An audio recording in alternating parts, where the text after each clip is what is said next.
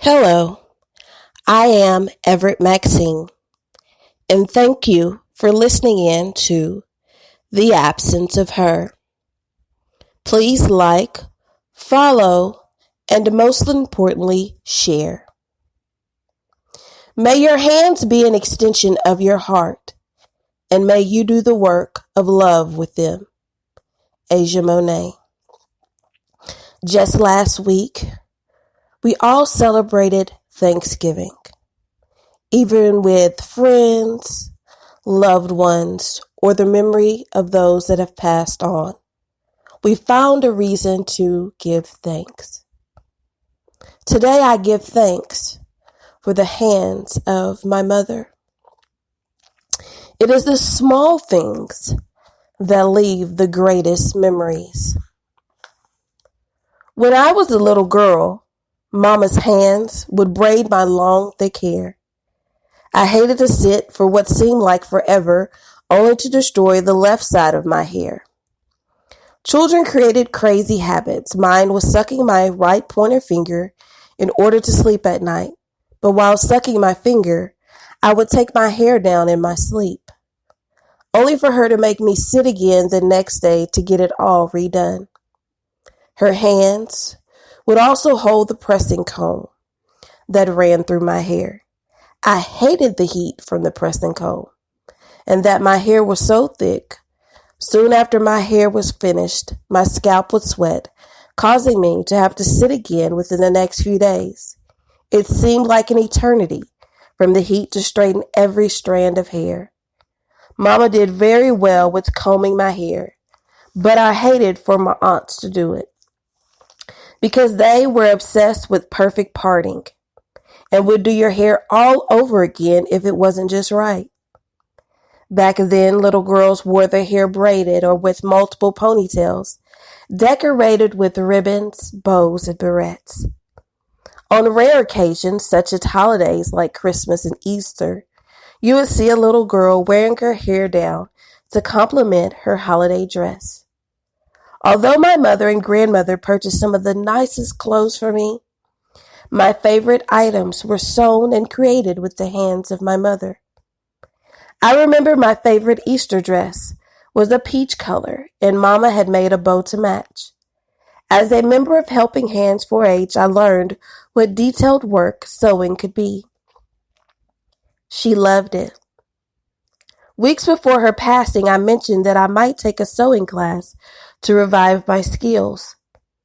She offered to teach me, but I declined, knowing that each of us had very limited patience. I never took that class, and she passed on. For the Easter holiday, her hands would purchase a store-bought Easter basket, only to customize it for her then only child. The store-bought baskets would come with only a few packs of candy, most of all Peeps, which I hate until this day. My basket would contain all my favorite treats and a brand new Barbie. It was like opening a Christmas present that I did not have to guess the contents. Thinking on hands and Easter, my grandmother would always have me in dress hats and white gloves, typical dress for the Easter occasion for little black girls back then. I remember I was up in the balcony area eating jelly beans, not thinking about the colorful candy staining my pretty white gloves. When I returned to sit next to my grandmother, she asked, had I been eating candy in church? I looked at my stained gloves and told the bold-faced lie, no. One of the funniest memories when my mama used her hands to frost her hair. Well, the frost didn't turn out like she desired, and I'm not sure where she read it or heard it that Kool-Aid would remove the dye. She tried it, and the Kool-Aid only stained her hair green. She was stuck wearing green hair until the color wore off. Now that the weather is cold, I think of her homemade stew and chili. Dishes I never took the time to learn to make because I was privileged and knew that she would bake them any time I asked because she rarely ate out. she never minded cooking certain meals that she also enjoyed. Now, all I have is memories of how they used to taste, and even though I can prepare similar dishes, it will not taste the same as those prepared with Mom's hands.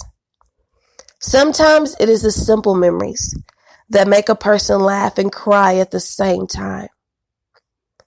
Being an only child, I hated to share, especially my food. If we ran through, say, McDonald's, I would buy fries. She would ask if they were fresh and hot and snatch my fries. Now every time I eat fries, I think of her. I laugh and shed a tear. When they are fresh, crispy, and hot, missing those simple moments we shared. Her hands made popcorn balls for my Halloween party we had at the house, and caramel apples. I remember the smell of oatmeal cookies that she would place on a brown paper bag straight out of the oven. But when I was a child, I was disgusted at the thought of eating them, mainly because her hands placed raw oatmeal on my face and skin to help me heal, because I broke out in frequent rashes. When I became an adult, I craved the taste of one of those fresh baked oatmeal cookies. But Mama wouldn't bake them, reminding me of all the time as a child I didn't want them. My first year off to college was right up the road at Wharton County Junior College in Wharton, Texas. A brief maybe 30 minutes away from home. I stayed on campus and had no car to return home whenever I wanted to. This would be me and Mom's first time apart, really apart. Although the distance was short, we cried, and her hands held me as if she was dropping me off in another state. If you have ever seen the movie The Color Purple, where like Celie and Nettie being pulled apart by my father. Years later, we laughed about it. I always felt awkward around others, never feeling like I fit in. So I always wanted my mom near. Now I know uniqueness is a blessing. But then all I wanted was my mama. Because although our relationship was somewhat dysfunctional, I felt protected when she was near. Mama's smell, her touch. Those same hands would clasp together in daily prayer and praise to our God. Just as well as her hands took care of me, they also served others. Every time I take part in communion, I will remember how she stood before the congregation as a deaconess and helped serve the communion. That memory gives me both joy and sadness. Joy, knowing my mother had given her life to the service of the Lord. Sadness, because after my father passed, I tried to be there for her every moment I could. Shortly after his passing, I was not in attendance of church, and she served communion. She realized he would no longer be by her side, serving with her, and tears rolled down her face. She served the elderly community for the entire time I have grown to know my mother. She was a nursing assistant for 28 years. It was not a job that she had expected to spend a lifetime doing. After she passed, I began to think about how many patients she took care of since I was a child. The patients' families would get to know her and always be fond of the love and attention and respect she gave their loved ones. There were times that she helped with multiple generations in one family. All those lives touched by my mother, an humble servant to God and others. Mama's hands loved to enjoy snacks and sweets, especially hot tamales and red hots. Those same hands would come off the steering wheel while driving just to find her candy. Her hands. It is in your hands to create a better world for all who live in it. Nelson Mandela. I am Everett Maxine. And I would like to thank you for listening to The Absence of Her.